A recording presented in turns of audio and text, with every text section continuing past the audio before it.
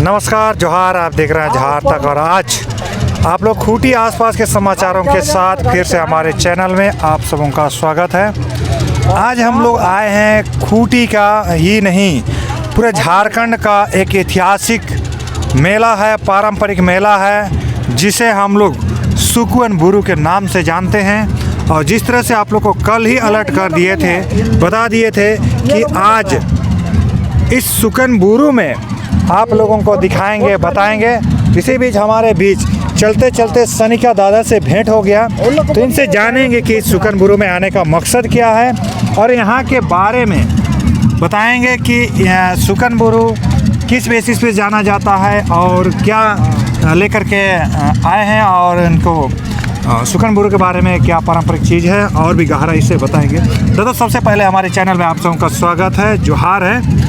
और जो ये सुकन बुरु है, ये आपको आज यहाँ पर देखे तो आपको कैसा महसूस हो रहा है, और इसके पीछे क्या विशेष चीज़ है जो कि आपको यहाँ तक लुभावन आ गया है?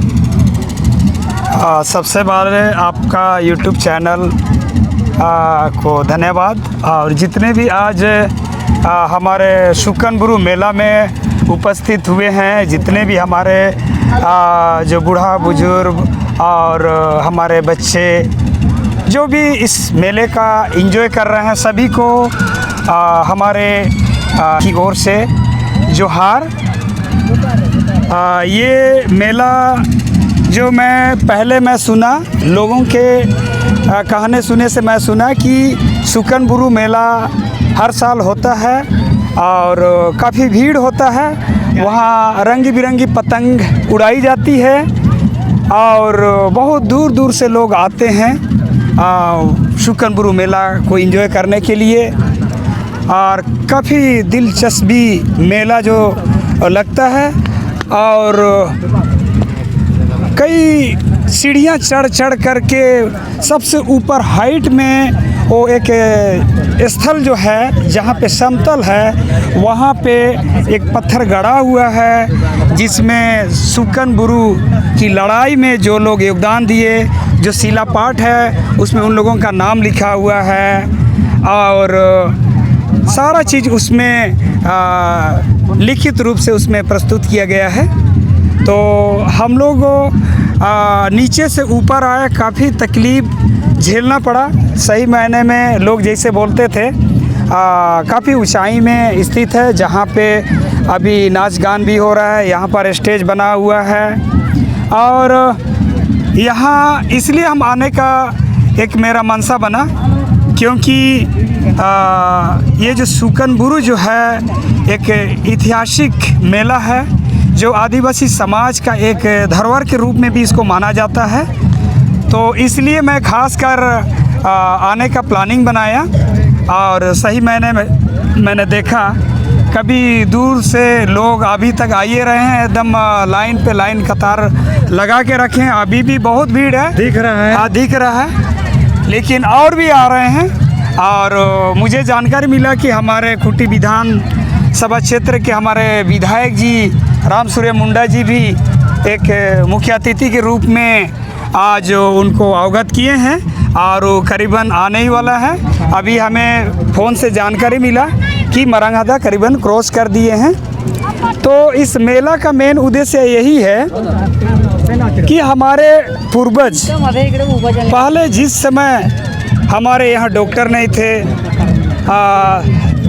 इलाज के लिए दवाइयाँ नहीं था, जो इंग्लिश दवा बिल्कुल नहीं था, हमारे पूर्वज किसी भी तरह का बीमार होते थे, किसी भी तरह का गांव घर में, चाहे जानवरों के ऊपर बीमार होता था या इंसान के ऊपर में किसी भी तरह का बीमार होता था, इस तरह का महामारियों के लिए और अपने ज़िंदगी के लिए, जो अपने भविष्य को लेकर के, अपने परिवार को लेकर के, जो हम लोग सुख और शांति रहे, इस तरह का जो एक सच्चे मन से, सच्चे दिल से वो लोग सुकन बुरु में आकर के सुकन बुरु के जो बोंगा है, जो भगवान है, और उनसे वो लोग दुआ करते थे। और निश्चित रूप से उन लोगों को, हमारे जो पुरखा लोगों को, उनकी जो मनोकामना था वो निश्चित रूप से पूरा होता था, और जो भी बीमारियां था उनसे छुटकारा मिलता था।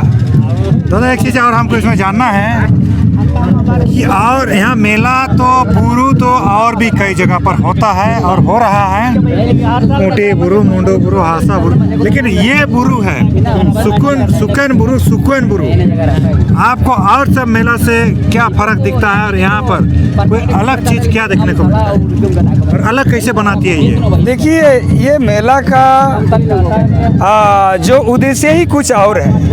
ये मेला एक एंजॉय के लिए नहीं है। ये मेला लोग को जमा होकर के अपने खूबसूरती को दिखाने के लिए, चाहे अपना टाइम पास के लिए मेला नहीं है। ये हमारा एक धरोहर है जो हमारे पूर्वजों का एक आस्था का एक सुकन बुरु है, जिसको सुकन बुरु बोंगा बोलते हैं, जिसको वर्षों से कई पीढ़ियों से इसका मेला करते हुए आ रहे हैं। जैसे मैंने पहले भी आपको बताया कि बहुत सारे जो समस्या गांव घर में उत्पन्न होता था, या अपनी पर्सनली कोई एक आवश्यकता है, चाहे उनकी मांग होती है, ये सारी चीज़ है ना एक अपने विश्वास और मतलब सच्चे दिल से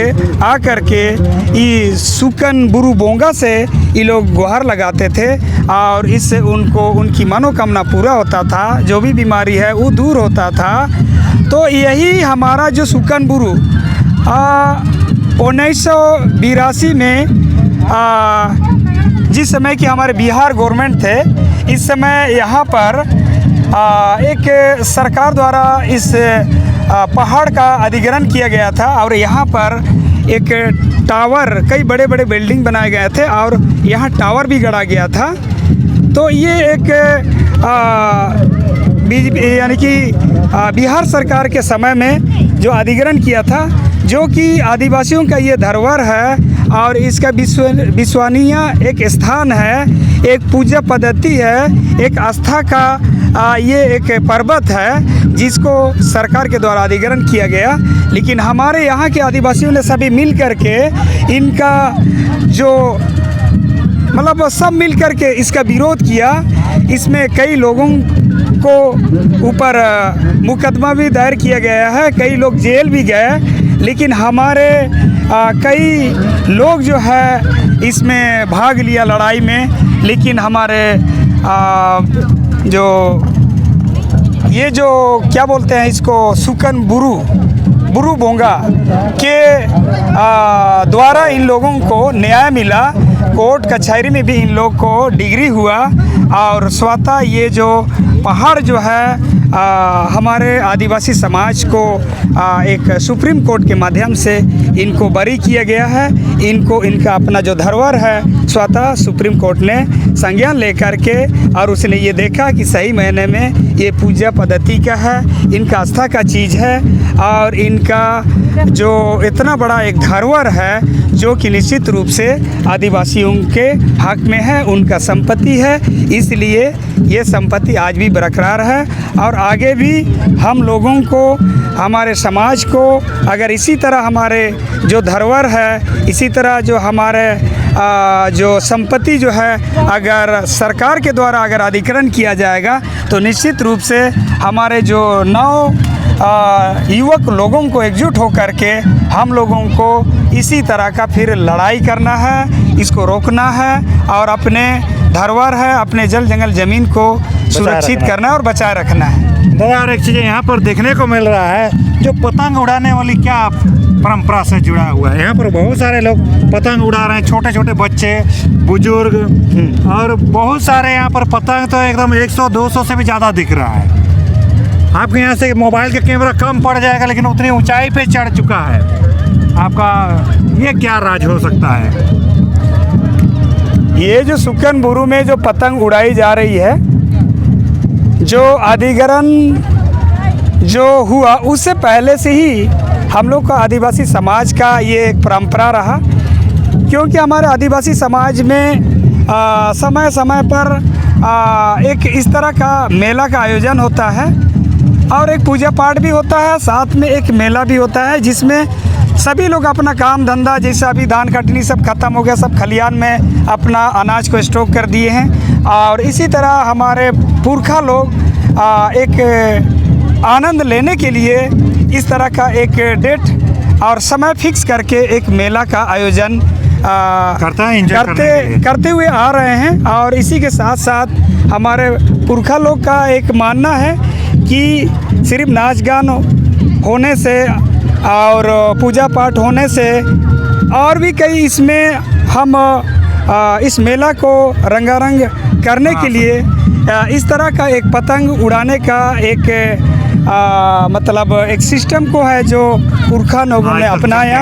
और आज तक ये पतंग जो उड़ाया जा रहा है, हम लोग देख रहे हैं सही मायने में कई ऊंचाई में पतंग उड़ी है। किसी पतंग का तो छोटा सा आकार दिख रहा है और सही मायने में हमारा जो मोबाइलों में जो कैमरा है उस मोबाइल उसको जस्टिफाई नहीं कर पा रहा है, मतलब क्लियर नहीं दिख रहा है। दादा एक चीज़ लास्ट में एक सवाल और कि जो सवाल नहीं बोलेंगे, जो नहीं पहुँचे हैं और जो लोग आए हैं वो तो खैर एंजॉय कर ही रहे हैं, जो नहीं आए हैं केवल सुने हैं और जो मोबाइल में देख रहे हैं उन सब के लिए क्या कहना चाहेंगे? मैं यही कहना चाहूँगा, आज मैं सुकनबुरु के धरती में पहाड़ के ऊपर मैं खड़ा हूँ। मैं आज से यहाँ से मैं एक हमारे जो समाज के लोग हैं जो आज के सुकनबुरु नहीं आए हैं, मैं उनको भी इसको आह्वान करना चाहूँगा कि क्योंकि ये एक सुकनबुरु हमारा एक इतिहास है, हमारा पूर्वज का एक धरोहर है और यहाँ पर एक तीर्थ स्थल भी है। जैसे कि हम लोग कई बुजुर्ग से हम लोग जाने पूछताछ किए कि इस सुकनबुरु का एक उद्देश्य है, किसी के परिवार में, किसी के शरीर में, चाहे गांव घर में किसी भी तरह का दुख तकलीफ होता है तो इस पहाड़ में सच्ची मन के साथ इस सुकनबुरु बोंगा को अगर याद करेंगे और सच्चे दिल से अगर अपना दुआ मांगेंगे तो निश्चित रूप से उनकी जो दुख तकलीफ है दूर होगा। तो अगर सही मायने में अगर सच्चे दिल से अगर हम मानेंगे, कोई भी चीज़ को मानेंगे तो उसमें भी एक भगवान का आस्था ज़रूर है। विश्वास सबसे बड़ी चीज़ है, हम विश्वास से हमारा समाज बरकरार रहेगा और आगे भी ठीक ठाक रहेगा। धन्यवाद, जोहार। आप देख रहे थे तो ये थे हमारे बीच सनिका दादा जो कि अपने विचारों को प्रकट किए और यहाँ के बारे में काफ़ी विस्तार से बताए। तो आइए हम लोग और कुछ लोगों से जानेंगे। अभी तक के लिए इतना ही, अगले एपिसोड में और से कुछ लोगों से बातें करेंगे। अब तक के लिए जोहार। जोहार।